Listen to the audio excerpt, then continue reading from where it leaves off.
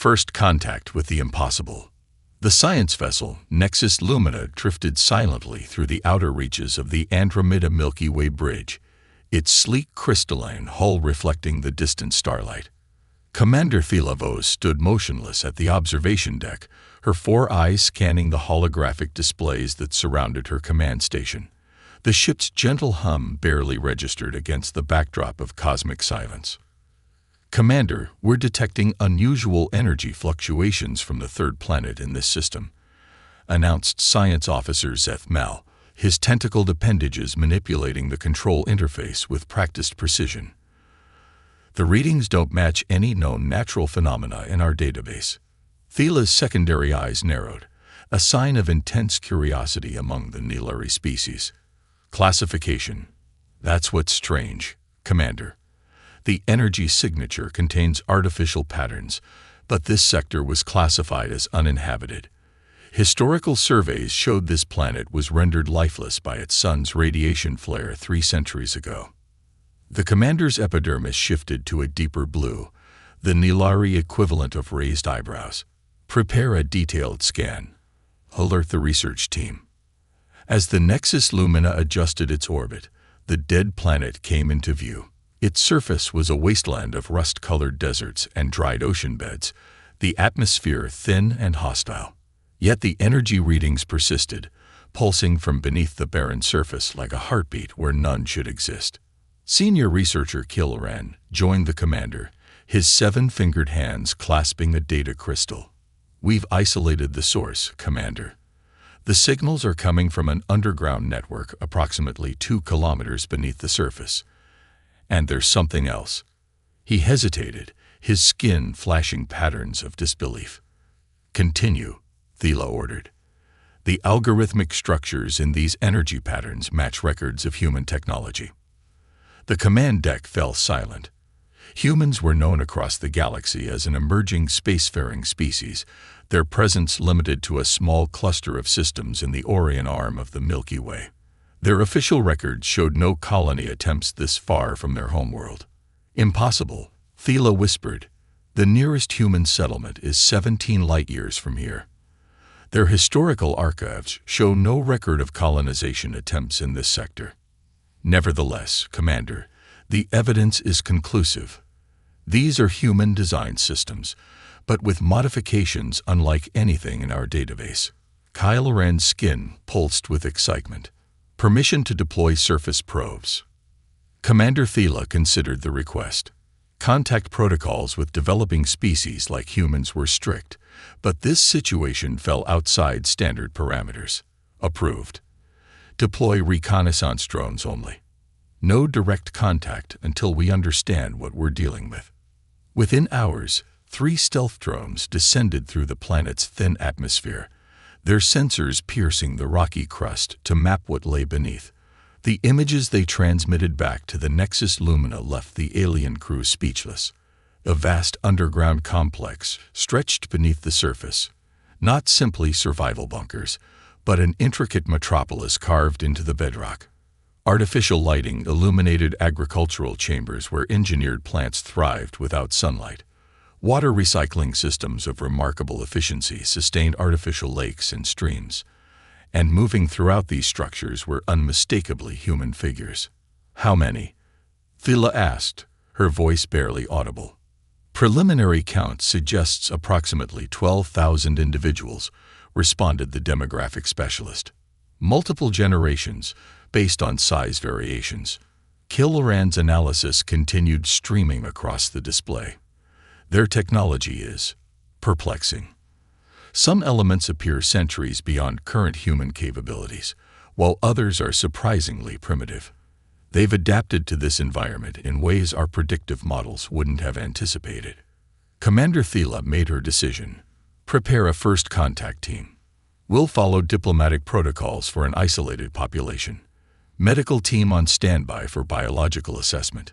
The Nilari landing craft descended toward the planet's surface 12 hours later, following a carefully selected route that would minimize visibility to the underground settlement's external sensors.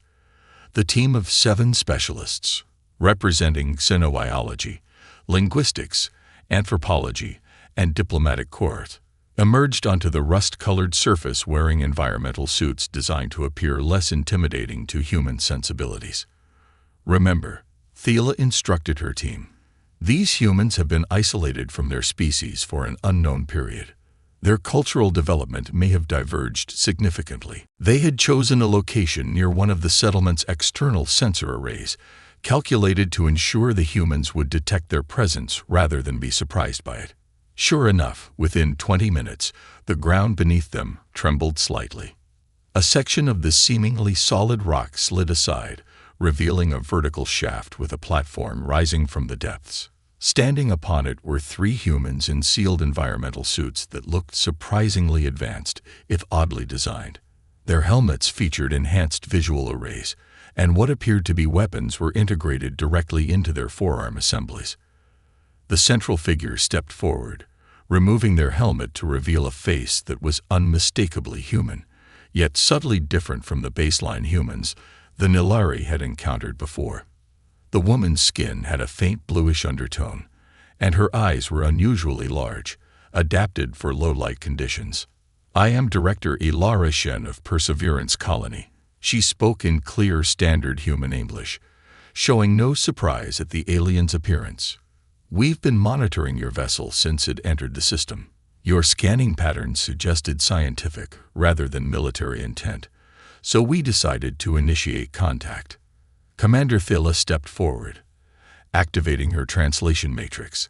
"I am Commander Thiela Vos of the Nilari science vessel Nexus Lumina. We detected your settlement during routine exploration. Our records show no human colonies established in this sector." A faint smile crossed Ilara's face.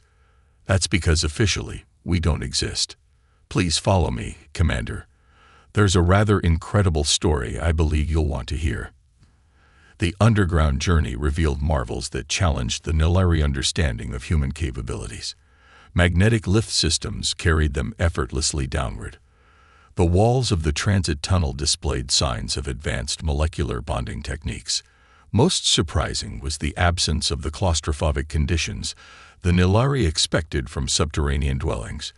Instead, vast chambers opened before them, illuminated by artificial lighting that precisely mimicked natural sunlight. "We call our main living space the atrium," Ilara explained as they emerged into a central cavern where thousands of humans went about their daily lives. Gardens and water features created a park-like atmosphere, while dwellings were built into the surrounding walls, creating a vertical city. It took 3 generations to excavate and reinforce. "Your people have accomplished remarkable adaptation," observed Kilran, his scientific curiosity evident in his skin patterns. "But how did you come to be here? And why are you absent from human historical records?" Ilara led them to a council chamber where several other colony leaders waited. The eldest among them, a man whose age-lined face contrasted with eyes showing genetic modification, nodded in greeting. "I am Elder Marcus Chen, 4th-generation colonist. To answer your question, we were forgotten by choice." He activated a holographic display showing a much younger Earth than the Nilari had in their records. In 2157, Earth launched 50 long-range colony ships toward promising systems, racing to establish humanity's presence among the stars. Our vessel, Endurance, was bound for the Theta Persei system. 6 years into our journey, we encountered a previously undetected spatial anomaly that damaged our propulsion systems and navigation array. The holographic display showed the damaged ship limping toward the nearest star system. Our captain made the difficult decision to divert to this planet, which we named Perseverance, for emergency landing. Our ship wasn't designed for planetary descent. Only 732 of the original 1,500 colonists survived the crash. Elder Chen's expression grew solemn. "We managed to send a distress signal, but our communications array was severely damaged. We received a partial response suggesting a rescue mission would be dispatched. But then, nothing. What we didn't realize until years later," Ilara continued, "was that our distress signal was garbled. Earth received confirmation that we had landed, but the coordinates were corrupted. They spent decades searching the wrong sector of space. Commander Thela processed this information. Your people survived here. This environment seems hostile to human physiology. It was, Elder Chen acknowledged. The initial years were desperate. We lost another 200 colonists to radiation sickness and environmental poisoning before we established our underground sanctuary. But you did more than survive, noted the Nilari xenobiologist, gesturing toward Ilara's subtly altered features. You've adapted yourselves. Ilara nodded. Necessity drove innovation. Our colony included some of Earth's finest genetic engineers and biotechnologists. When conventional adaptation failed, we turned to modifying ourselves. She rolled up her sleeve, revealing skin with subtle scaling patterns that sparkled faintly under the light. Enhanced melanin production against radiation. Optimized lung capacity for the thin atmosphere. Modified eye structure for low-light vision. Each generation, we've become more suited to this world. The Nilari delegation exchanged concerned glances. Such self-directed evolution bordered on taboo in many galactic cultures. You're concerned about our methods, Elder Chen observed with surprising perception. Yet what choice did we have? Wait and perish, or adapt and survive. And your technological developments? Commander Thela asked, steering toward less ethically complex territory. Some of your systems appear beyond current human capabilities.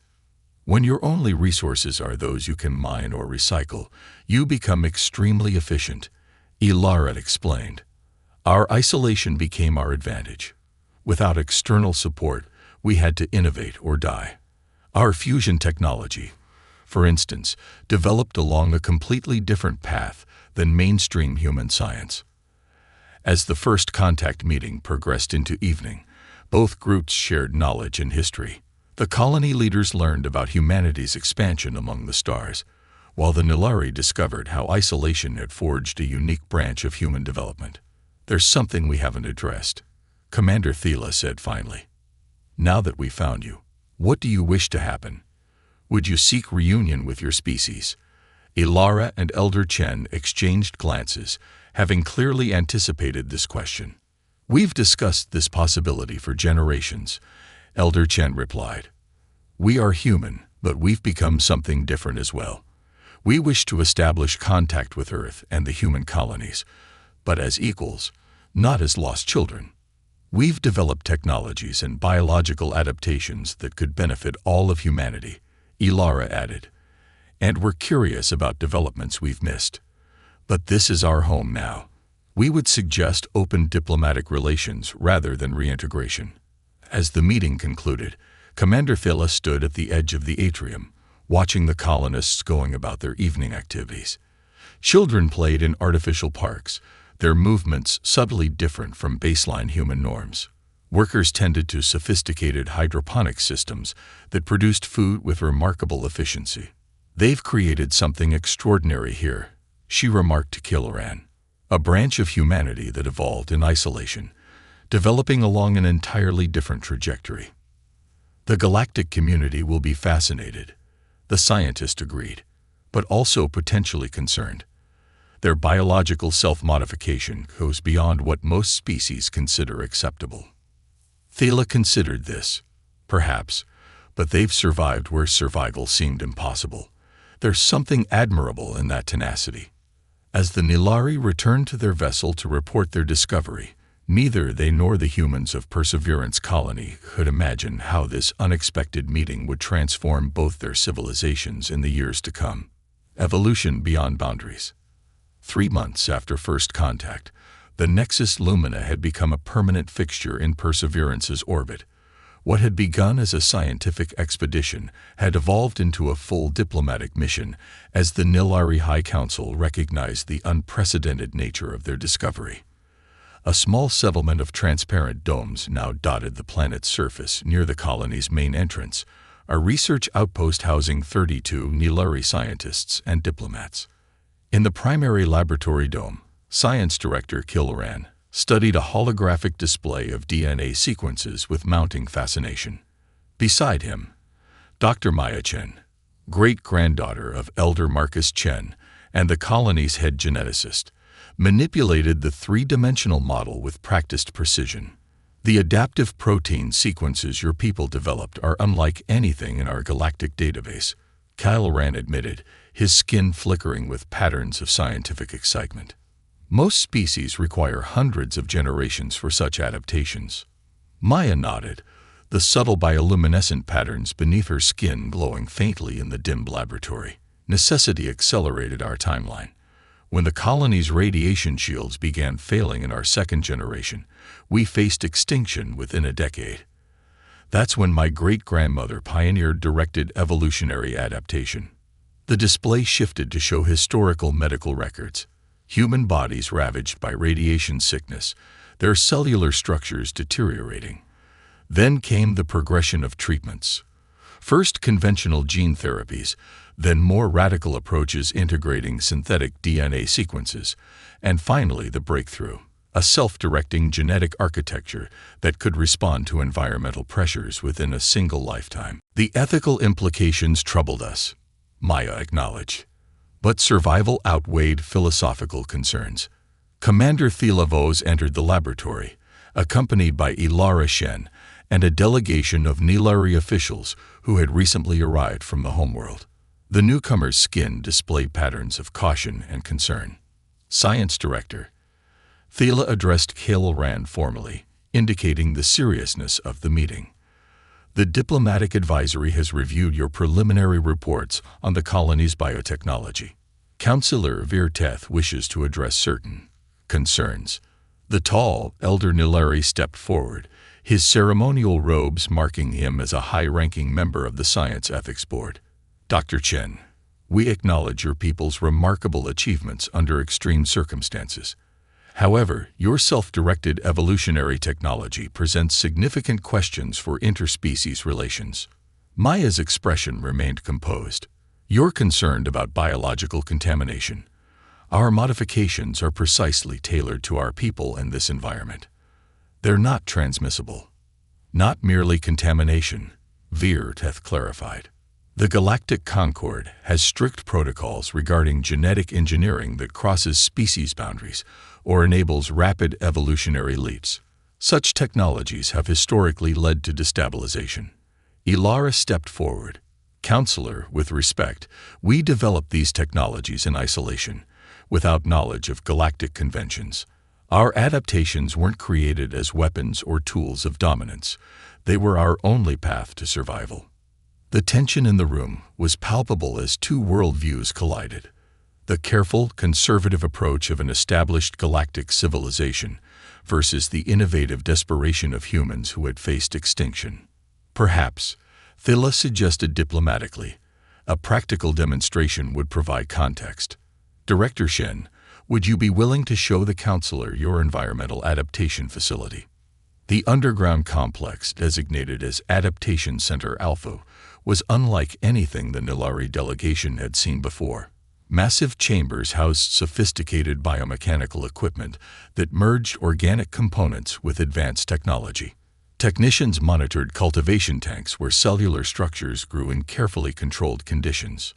Each colony member undergoes adaptive enhancement appropriate to their role and exposure level, Ilara explained as they walked through the facility. Surface workers receive enhanced radiation resistance and atmospheric processing capabilities. Agricultural specialists develop symbiotic relationships with our engineered crop species, Councillor Virteth observed with growing concern. And these modifications are heritable. To a degree, Maya replied. Basic adaptations pass to offspring, but each generation requires customization based on their anticipated environmental challenges.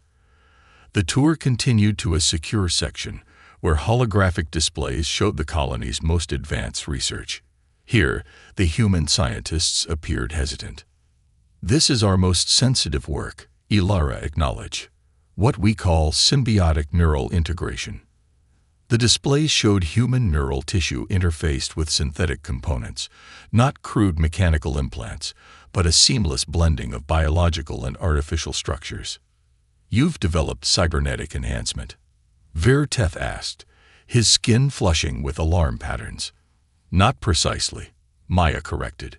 Traditional cybernetics replace biological functions with mechanical ones. Our approach creates new biological structures that perform functions previously impossible for human physiology, like direct neural communication or enhanced sensory processing. Killoran moved closer to the display, his scientific curiosity overwhelming cultural concerns. You've created organic technology that grows within the host rather than being implanted. Fascinating. It's how we've managed to maintain our communication network despite limited resources, Ilara explained. Direct neural interfaces require minimal external infrastructure. The tension in the Nilari delegation was visible in their skin patterns. Such technology blurred the boundaries between natural evolution and artificial enhancement in ways that challenged their ethical frameworks. As the tour concluded and the groups returned to the surface outpost, alarms suddenly blared throughout the complex. Commander Phila's communication device activated automatically. "Commander," came the urgent voice of the Nexus Luminous First Officer, "our sensors have detected a massive coronal ejection from the system's star.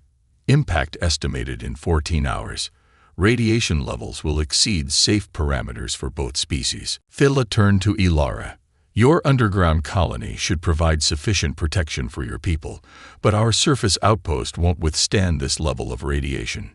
"Evacuation to orbit," suggested Counselor Verteth. "The solar storm will make shuttle launches dangerous," the first officer responded.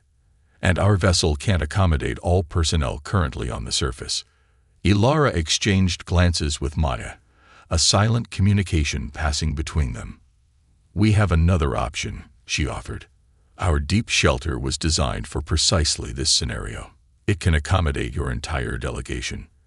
As emergency protocols activated throughout both communities, humans and Nilari worked side by side to secure equipment and prepare for the impending solar storm. The colony's warning systems had automatically sealed the main settlement, while surface teams rushed to complete evacuation procedures. Deep below the colony's main levels, the emergency shelter was a marvel of engineering. A massive chamber shielded by layers of specialized materials and energy fields.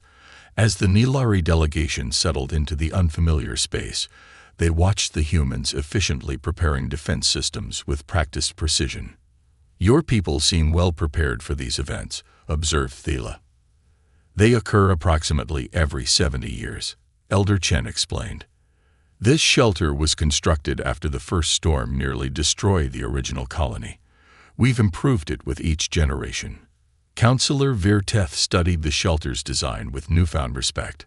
"Your adaptive approach extends beyond biology to your infrastructure as well. Survival requires holistic solutions," Ilara replied simply. As the final preparations were completed, the shelter's main monitoring system displayed the approaching solar storm, a massive wave of energized particles that would bombard the planet's surface with lethal radiation. The shield generators hummed with increasing intensity as they prepared to repel the onslaught. "Our shields should hold," Maya assured the visitors. "But we've never had to protect against this level of radiation while supporting non-adapted visitors." Killoran had been quietly consulting with the colony's engineering team, his scientific curiosity engaged despite the danger. "Your shield design is remarkable, but I notice a potential vulnerability in the northeastern quadrant, where the geological formation creates a focusing effect." The human engineers verified his analysis, concern spreading across their faces. "He's right. The new radiation pattern could create a concentration point we hadn't anticipated. Our people could withstand a brief exposure, but the Nilari physiology is more sensitive to this specific radiation band." Killoran finished for them. A tense silence fell over the command center as both species realized the implications. The shields would likely fail in localized sections, putting the visitors at severe risk. "We could redirect power from non-essential systems," suggested one of the human engineers, "but it would leave other sections vulnerable. Or we could attempt to disperse the particle concentration using our ship's deflector technology," offered Thela. "But we'd need a way to precisely target the effect from orbit." As the crisis discussions continued, Maya pulled Ilara aside, speaking in low tones. There's another option. The neural integration system could be modified to enhance radiation resistance temporarily. Ilara's eyes widened. You're suggesting neural adaptation for the Nilari. We've never attempted cross-species integration. Theoretically, it should work. Their neural architecture is compatible with our interface design. The ethical implications were enormous. Offering an experimental human biological technology to another species during an emergency left little room for proper testing or consideration.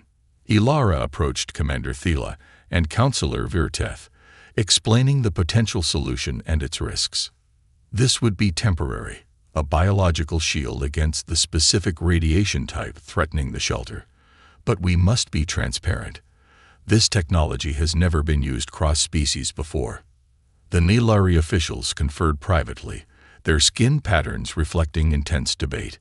Finally, Counselor Virteth spoke. Hours ago, I was questioning the ethical implications of your biological adaptations. Now, I'm considering accepting one myself. He paused, his outer membranes shifting to a pattern of resolution. Necessity creates its own morality, it seems. We accept your proposal. The adaptation procedure was conducted with careful precision.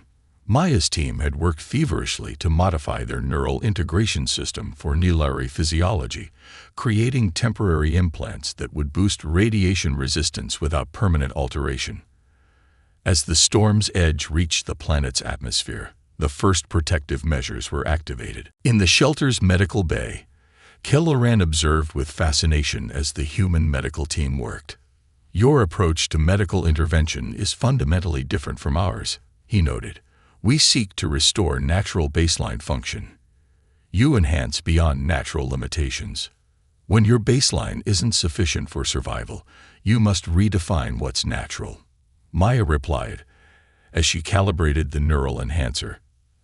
As the storm's intensity peaked, the shelter's shields strained against the onslaught. Warning systems flashed as radiation levels spiked in the vulnerable northeastern quadrant, but the adapted Nilari showed no signs of distress. Their temporary enhancements functioned perfectly, creating biological shields against the radiation that penetrated the mechanical defenses. 16 hours later, as the storm finally passed, both species emerged from the crisis with a profound shift in perspective.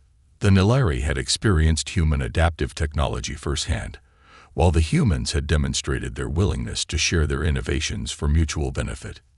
In the aftermath, Counselor Virteth stood before a joint assembly of colony leadership and Nilari officials. His formal robes had been replaced by simpler attire, symbolizing a change in status. I came here as an observer, concerned about the implications of discovering a human colony that had developed outside standard evolutionary parameters, he began. I questioned whether your adaptations represented a potential threat to established galactic order. He gestured toward the medical staff who had created the temporary adaptations. Instead, I experienced firsthand how necessity has driven innovation that transcends conventional boundaries. Your people faced extinction and chose transformation instead. Commander Thela stepped forward. The Nilari High Council has reviewed our reports and reached a decision. Perseverance Colony will be officially recognized as a sovereign entity with full diplomatic status. Furthermore, a scientific exchange program will be established to explore the potential benefits of your adaptive technologies under careful ethical guidelines. Ilara and Elder Chen accepted the declaration with dignified gratitude. We've waited generations to rejoin the wider human community, Chen noted. Now we find ourselves joining the galactic community instead. There remains the question of Earth, Thela added. Would you like us to facilitate contact with your ancestral homeworld? Ilara looked around at her fellow colonists, humans who had evolved into something new through necessity and determination. Yes, but at our own pace. We should prepare them for what we've become. After all, we're no longer simply the lost colonists of endurance. We're the pioneers of humanity's potential future.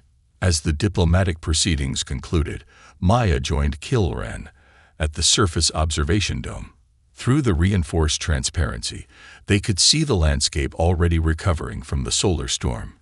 engineered microorganisms breaking down radiation and accelerating environmental restoration. Your people's adaptations might be the key to terraforming technologies that have eluded the galactic community for centuries, Kyle Rand observed. And your stellar forecasting systems could help us better predict and prepare for future events, Maya replied. It seems isolation has given both our species unique perspectives.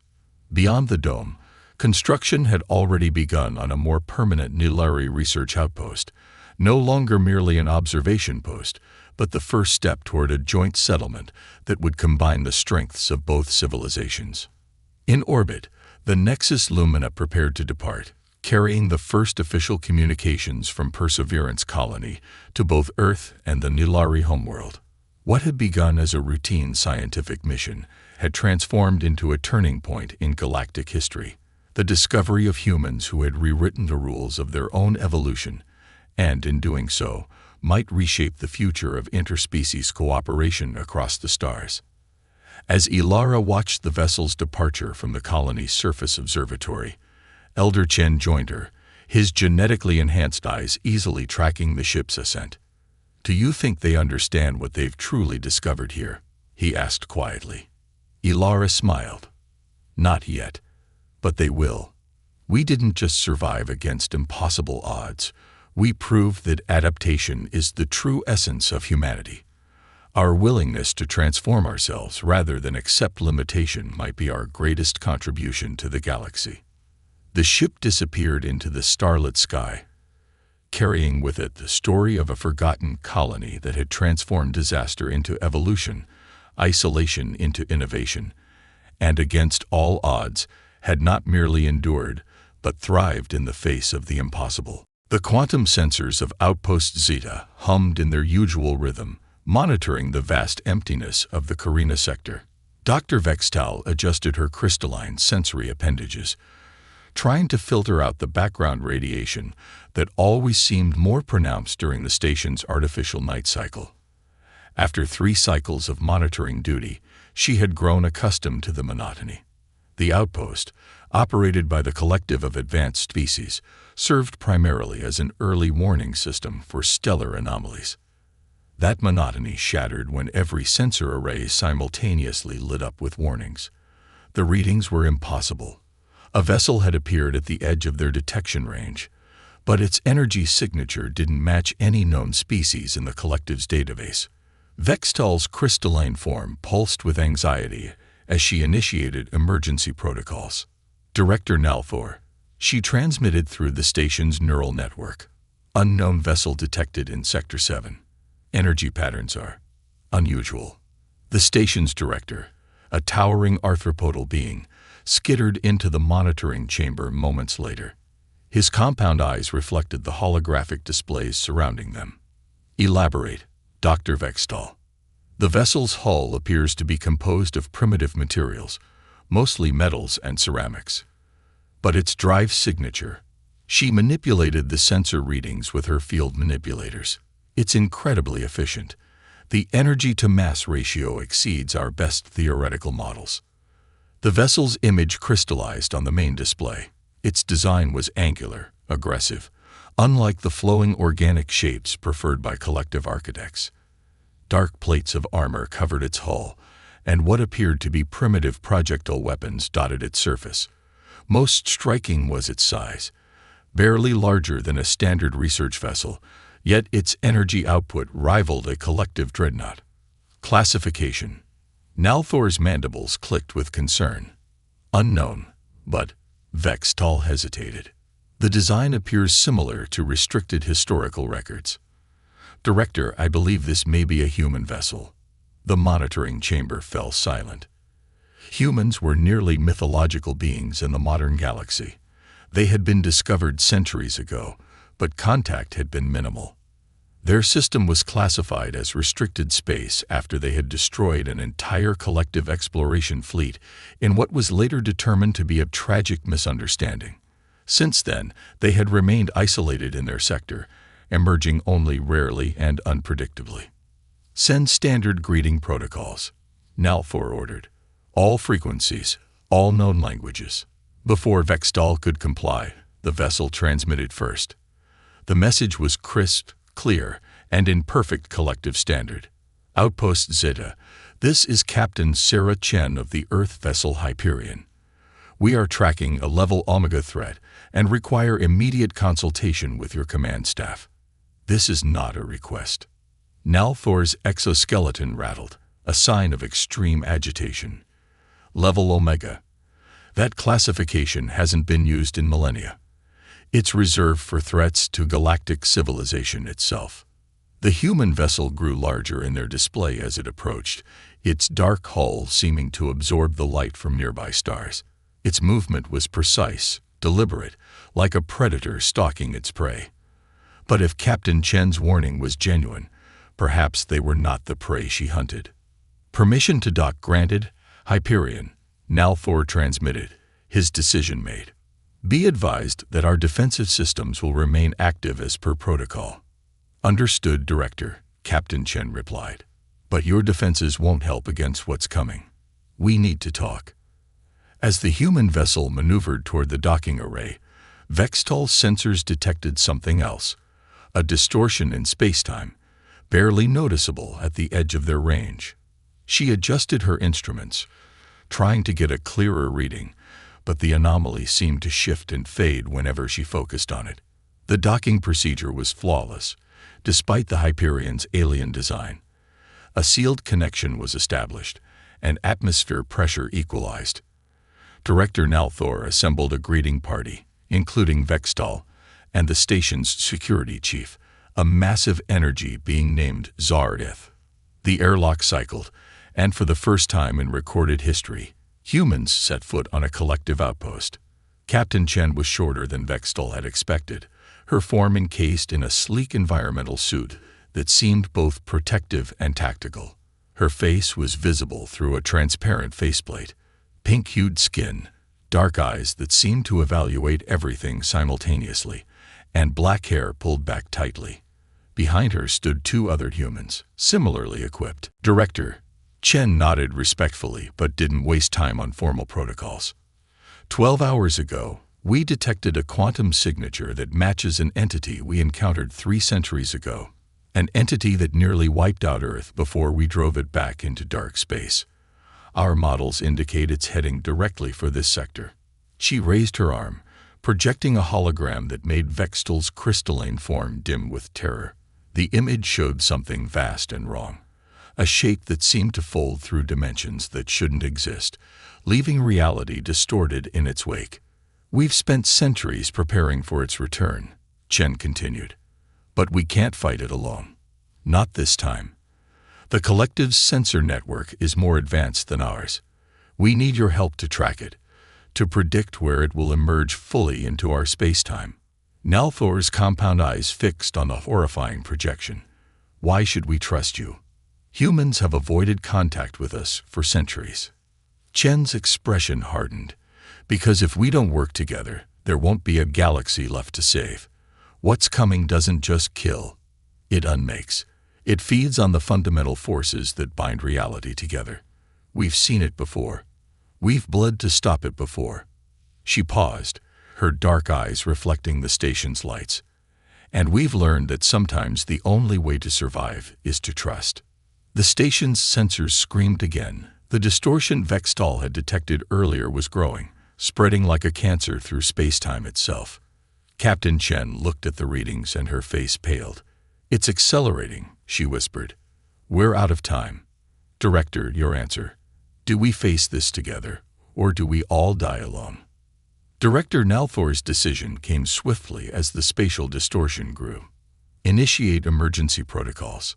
Transfer all sensor data to the Hyperion. Dr. Vextal, you'll coordinate with the human science team. Captain Chen nodded sharply and pressed a control on her suit. The airlock cycled again, admitting more humans, these wearing different environmental suits marked with complex symbols. Their leader, a tall woman with graying hair and sharp features, introduced herself as Dr. Eleanor Wright, Chief Cinephysicist.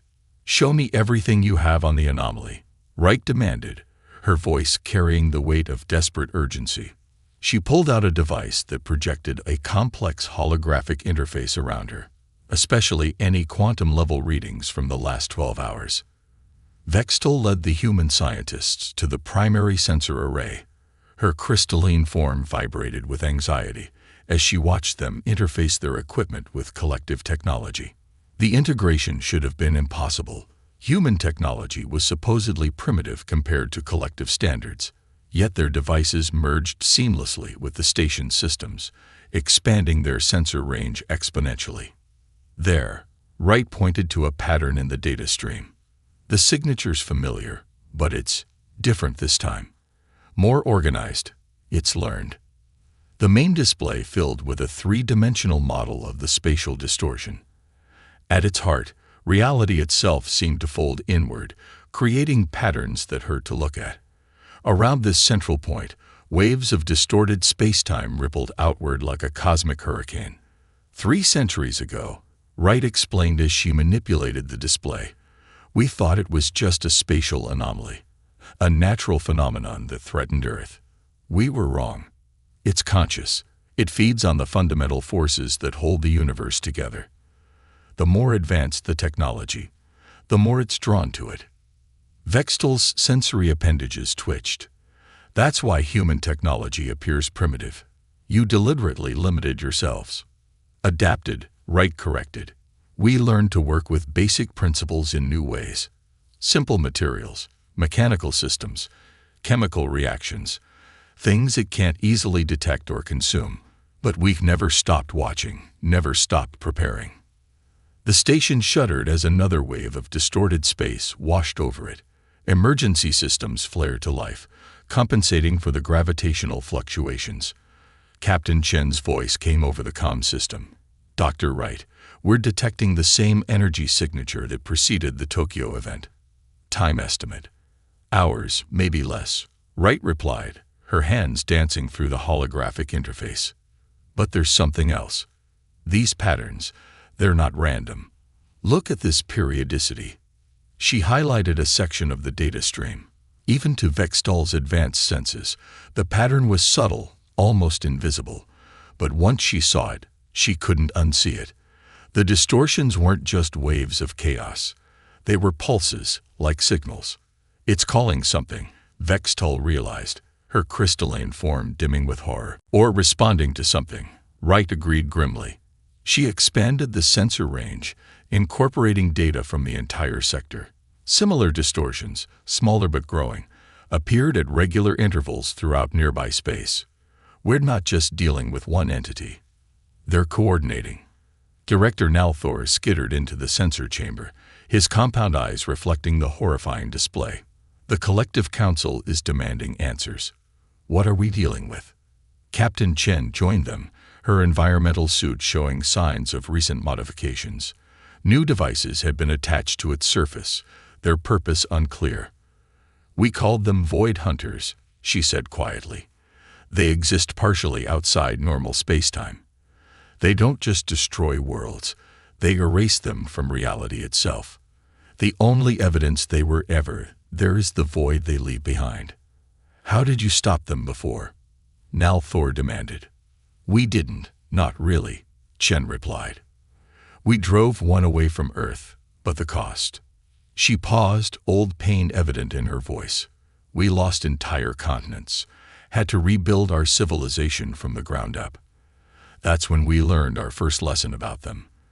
They're drawn to advanced energy signatures, quantum reactors, zero-point fields, anything that manipulates fundamental forces.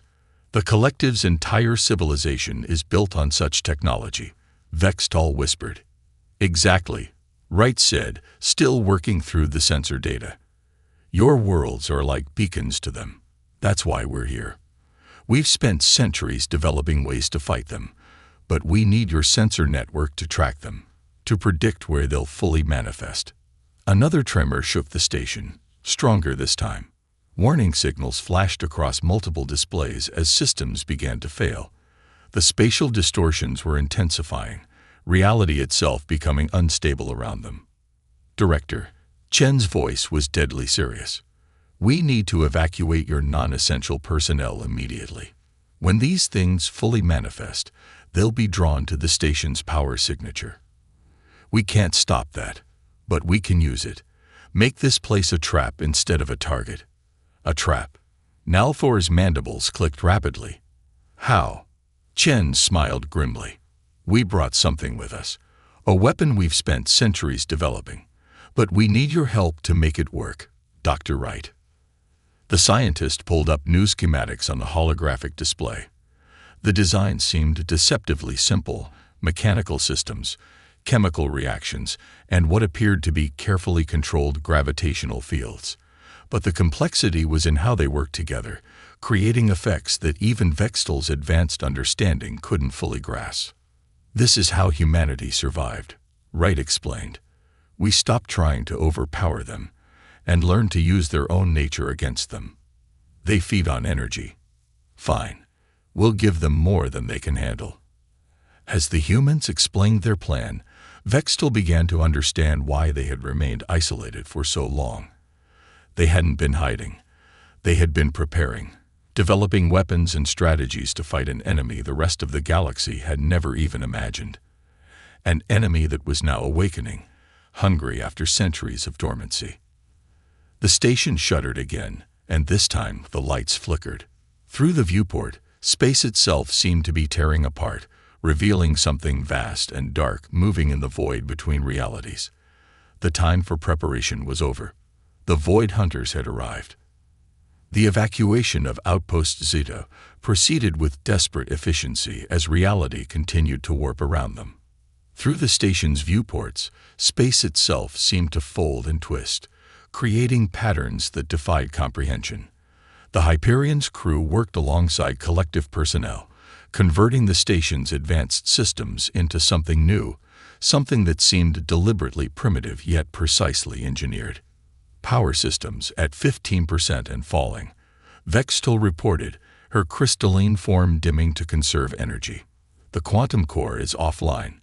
We're running on chemical backup systems as requested. Captain Chen nodded, her environmental suit now bristling with additional mechanical devices. Good. They'll be drawn to any quantum-level energy signatures. Dr. Wright, status of the gravitic array. Final calibrations complete. Wright replied from her station, surrounded by holographic displays showing machine diagrams rather than the expected energy readouts.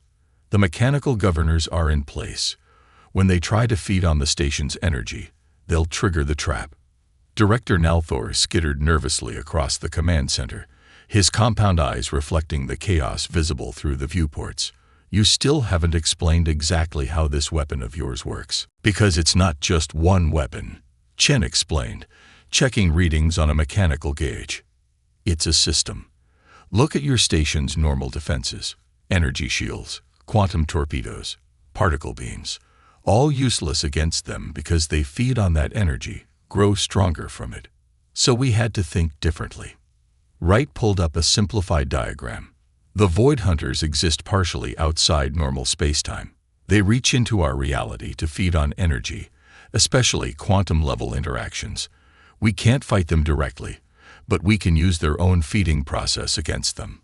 The station shuddered as another wave of distorted space washed over it.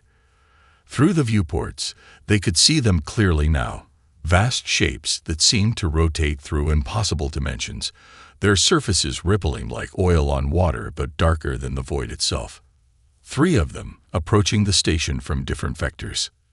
They're coordinating, Chen observed grimly. They never did that before. Stations, battle positions.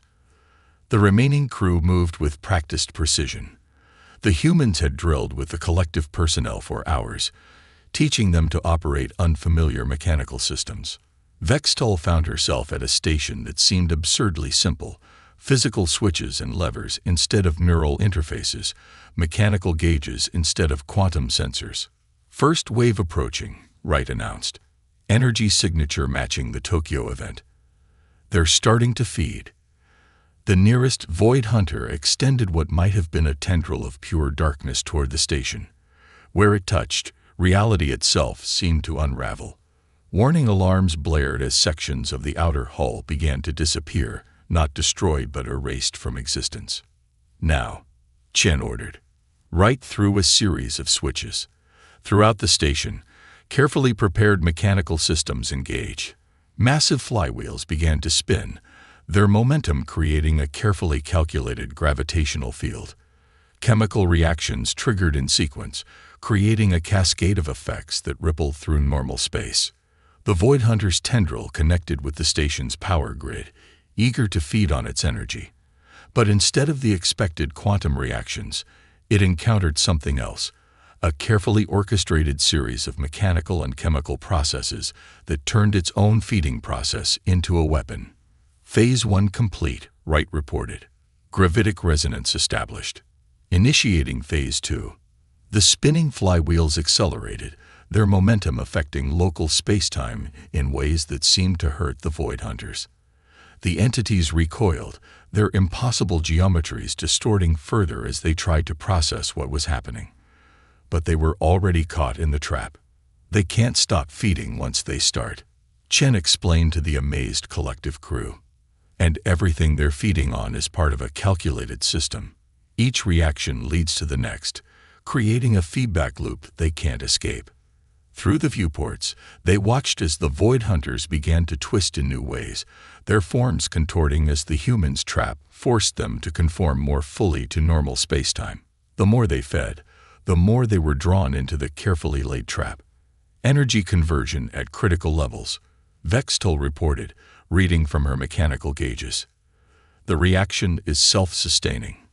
The Void Hunters tried to retreat, but they were caught in the gravitational fields generated by the spinning flywheels. The more they struggled, the more they were forced to exist fully in normal spacetime. Their impossible geometries began to collapse, forced to conform to the rules of the universe they had tried to prey upon. Final phase, Chen ordered. Now we show them why you don't underestimate primitive technology. Wright activated the last series of mechanisms. The flywheels reached their maximum speed, generating gravitational fields that intersected in precise patterns.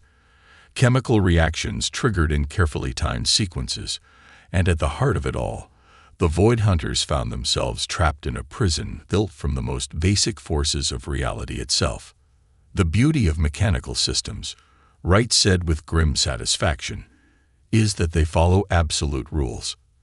No quantum uncertainty, no probability fields, just pure cause and effect. And once you understand their rules, you can use those rules against them. The Void Hunters' forms began to collapse, their extra-dimensional existence forced into normal spacetime by the overlapping gravitational fields and chemical reactions. Their impossible geometries shattered, leaving behind only quickly dissipating shadows in the void. But before the crew could celebrate, new alarms sounded. Vextol's instruments, simple as they were, detected massive distortions approaching from multiple vectors. More of them, Chen said quietly. A lot more. And now they know what we can do. She turned to Director Nalthor. This was never just about saving your station. We needed to prove our weapon worked. Because the real battle, that's just beginning. The aftermath of the battle left Outpost Zeta's command center in an unsettling quiet. Where the Void Hunters had touched the station's hull, sections simply ceased to exist, not destroyed, but erased from reality itself. Through the viewports, the stars seemed to shimmer oddly, spacetime still settling back to normal after the recent distortions. Captain Chen stood at a makeshift tactical station, studying mechanical readouts while Dr. Wright compiled data from their encounter. The remaining collective crew watched in a mix of awe and terror as the humans worked, their supposedly primitive technology having just accomplished what should have been impossible. The weapon exceeded expectations, Wright reported, her voice clinical, but her hand shaking slightly as she adjusted her instruments. The gravitational containment field maintained coherence, even when they tried to shift between dimensions. But she paused, frowning at her readings. The energy conversion rates suggest these were merely scouts. Scouts. Director Nalthor's mandibles clicked rapidly.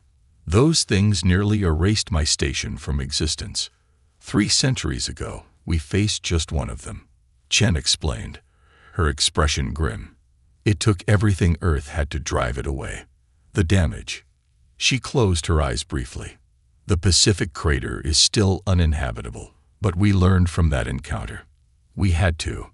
Vextal adjusted her crystalline structure to better process the sensor data they'd gathered. The patterns in their movements, they weren't random. Even their retreat seemed tactical. Chen finished. They're coordinating in ways they never did before. Learning, adapting. And now they know we can hurt them. The tactical display showed new distortions forming at the edges of their sensor range. Dozens of them, each carrying the same impossible energy signature that defied the laws of physics. But these distortions were different, more controlled, more purposeful. We need to warn the collective, Nalthor insisted. Our worlds, our technology. We're completely vulnerable to these entities. That's why we're here, Chen replied, pulling up a new set of schematics on the display. What we built here, these weapons, they're prototypes. For 3 centuries, humanity has been preparing for this moment, building an arsenal that doesn't rely on the kind of energy they can feed on. But we need your help to deploy it in time. Dr. Wright expanded the schematics, showing a network of gravitational field generators and chemical reaction chambers, all connected by precisely calibrated mechanical systems. Each weapon has to be tuned to local space-time conditions. We need your sensor network, your understanding of quantum mechanics. We can provide the technology, but we need the collective's infrastructure to deploy it on a galactic scale. Another alarm sounded, a deep mechanical tone that seemed to resonate through the station's remaining structure.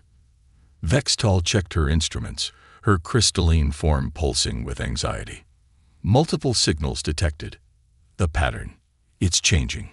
The tactical display filled with new data.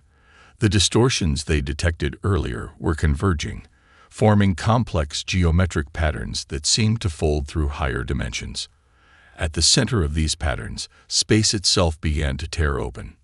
No, Chen whispered, her face paling. They're not just coordinating. They're combining. Through the viewport, they watched as reality split apart like torn fabric. From the gap emerged something vast, a construct of impossible geometries and void dark surfaces that made the previous entities look like insects in comparison. Where it touched normal spacetime, physics itself began to break down. The Tokyo event, Wright said, her voice shaking. This is what we glimpsed before we drove them back. Their true form. The entity's presence began to affect the station's systems. Quantum circuits failed completely. Advanced sensors went dark. Even the artificial gravity flickered. Only the mechanical systems the humans had installed continued to function reliably. Director. Chen turned to Nalthor, her expression deadly serious. Your station was never the real target. They were testing our defenses, learning our capabilities. Now they know we can hurt them. And they're gathering for a real fight. What do they want? Vextal asked, watching as more tears in reality began to appear throughout the sector. Everything, Wright answered grimly. 3 centuries ago, we thought they were just hunting energy sources. But we were wrong. They don't just feed on energy. They feed on possibility itself. Every advanced civilization, every world that pushes the boundaries of physics. They're all beacons, drawing these things from whatever dark dimension they inhabit. Chen pulled up a galactic map, overlaid with predicted arrival patterns for the Void Hunters. This is an invasion. They've been waiting, watching as the galaxy's civilizations grew more advanced, developed more powerful technologies. And now that the quantum energy signatures are strong enough, they're coming to feed. The massive entity outside the station began to move, its impossible form rippling as it oriented itself toward the nearest populated system. More tiers in reality were appearing, each one disgorging new horrors into normal space. We have hours, maybe days before they reach the first major populations, Chen continued. Every quantum reactor, every zero-point energy field, every advanced power source in the galaxy is going to draw them. And this time, they're not just hunting. They're going to war. Director Nelthor's compound eyes reflected the chaos visible through the viewport. How can we possibly fight something like this? Even your weapons. Our weapons work, Chen interrupted. But you're right. They won't be enough on their own. We need to combine human ingenuity with collective resources. We need to teach your people how to fight an enemy that feeds on advanced technology. And we need to do it fast. The station shuddered as another wave of distorted space-time washed over it. Outside, the stars themselves seemed to be dimming as reality buckled under the strain of so many extra-dimensional intrusions. The battle for Outpost Zeta had been won, but the war for the galaxy's survival was just beginning. The next 12 hours transformed Outpost Zeta into something unprecedented, a fusion of human ingenuity and collective technology. Under Captain Chen's direction, ships from both civilizations arrived carrying equipment and personnel. The humans brought their mechanical weapons and chemical systems, while the collective provided their quantum sensors and advanced computational abilities. Status report, Chen demanded, standing in what had once been the station's quantum computing center. Now it housed a hybrid command system, holographic displays powered by chemical reactions, mechanical computers working alongside salvaged quantum processors running at minimal power. 6 major rifts detected, Vextal reported, her crystalline form interfacing with both human and collective systems.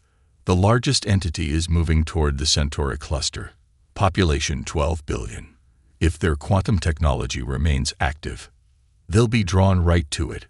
Right finished, her hands dancing across mechanical controls. But look at this pattern. The smaller entities aren't just following the large one. They're maintaining a specific geometric formation. The tactical display showed the truth of her words. The Void Hunters moved through space in an intricate dance, their positions forming complex patterns that seemed to ripple through multiple dimensions. Where these patterns intersected, reality itself grew thin. It's not just an invasion force, Wright realized, her eyes widening. It's a lattice.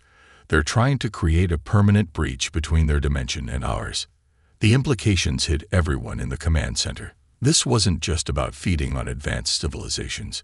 It was about transforming this reality into something more suited to their existence. Trillions of lives across the galaxy would be erased, reality itself rewritten. New contact. A collective sensor operator called out.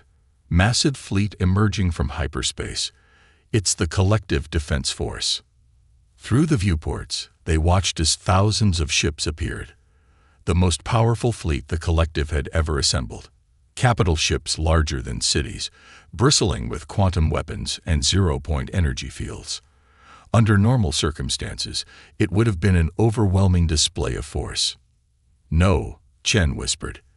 They'll draw every Void Hunter in the sector. They need to power down now. But it was too late. The vast entity they'd been tracking suddenly changed course, drawn to the fleet's energy signatures like a moth to flame. Space twisted around it as it accelerated, reality buckling in its wake. The smaller entities moved with it, maintaining their geometric pattern. All stations, Chen's voice carried across all frequencies. Execute Protocol 0. Now, throughout the sector, human ships appeared from hiding places where they'd been waiting.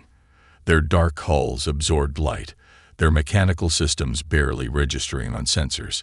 Each carried components of the weapon they tested at Outpost Zeta, but modified, improved. Collective Defense Force, Wright broadcast. Power down your quantum systems immediately. Switch to chemical backup power.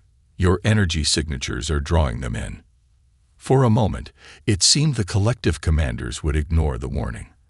Their ships maintained formation, quantum weapons charging. Then the first Void Hunter reached their lines. It didn't attack. It simply passed through one of the capital ships. Where it touched, matter ceased to exist. The massive vessel wasn't destroyed. It was erased, taking its crew of thousands with it. Reality itself seemed to shudder at the violation. Now they understand, Chen said grimly.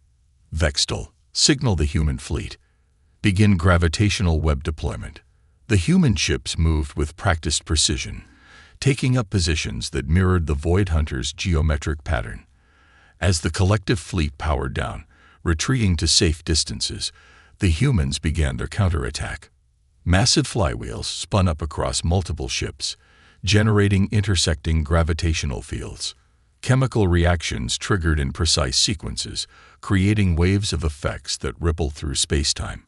Each human vessel became a node in a vast web of mechanical forces. The Void Hunters reacted immediately, trying to shift between dimensions to escape. But the humans had learned from their previous encounter. The gravitational web didn't try to trap them in normal space. Instead, it used their own dimensional shifting against them. The pattern, Vextal observed, her crystalline form pulsing with sudden understanding. We're not just copying their formation, we're inverting it. Wright nodded, pride evident in her expression. 3 centuries studying their mathematics, learning how they move between dimensions. Now we're using their own geometric principles to turn their strength into a weakness. The vast entity at the center of the Void Hunter formation writhed as the human fleet's gravitational web began to affect it.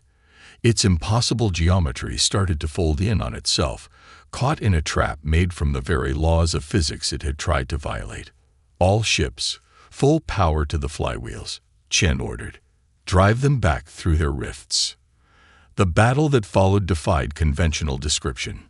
The human fleet's mechanical systems generated patterns of force that pushed against the fabric of reality itself. The Void Hunters fought back, trying to feed on energy that wasn't there, attempting to erase ships that had already accounted for their dimensional attacks. In the end, it came down to the simplest of principles: cause and effect, action and reaction. The human weapons didn't try to destroy the Void Hunters. They simply forced them to obey the fundamental laws of the universe. One by one, the smaller entities were driven back through their rifts. The tears in spacetime began to heal as the human fleet's gravitational web sealed them. Finally, only the vast central entity remained, its form contorting as it fought against the forces constraining it. "Something's wrong," Wright called out. "The primary rift isn't closing. It's growing." The entity's death throes were tearing space apart. The gravitational web contained it, but the strain was causing human ships to fail. Mechanical systems reached their breaking points as reality itself groaned under the stress. "Collective Defense Force," Chen broadcast. "We need your help. Power up your quantum sensors only. Full power, focused on these coordinates. Don't fight them, just observe them." Understanding dawned on Vextal's crystalline form. The uncertainty principle. "Exactly," Wright confirmed. "By observing them at the quantum level, we collapse their quantum waveform," Chen finished. "Force them to exist in a single definite state." The collective ships powered up their quantum sensors, focusing overwhelming observational power on the entity.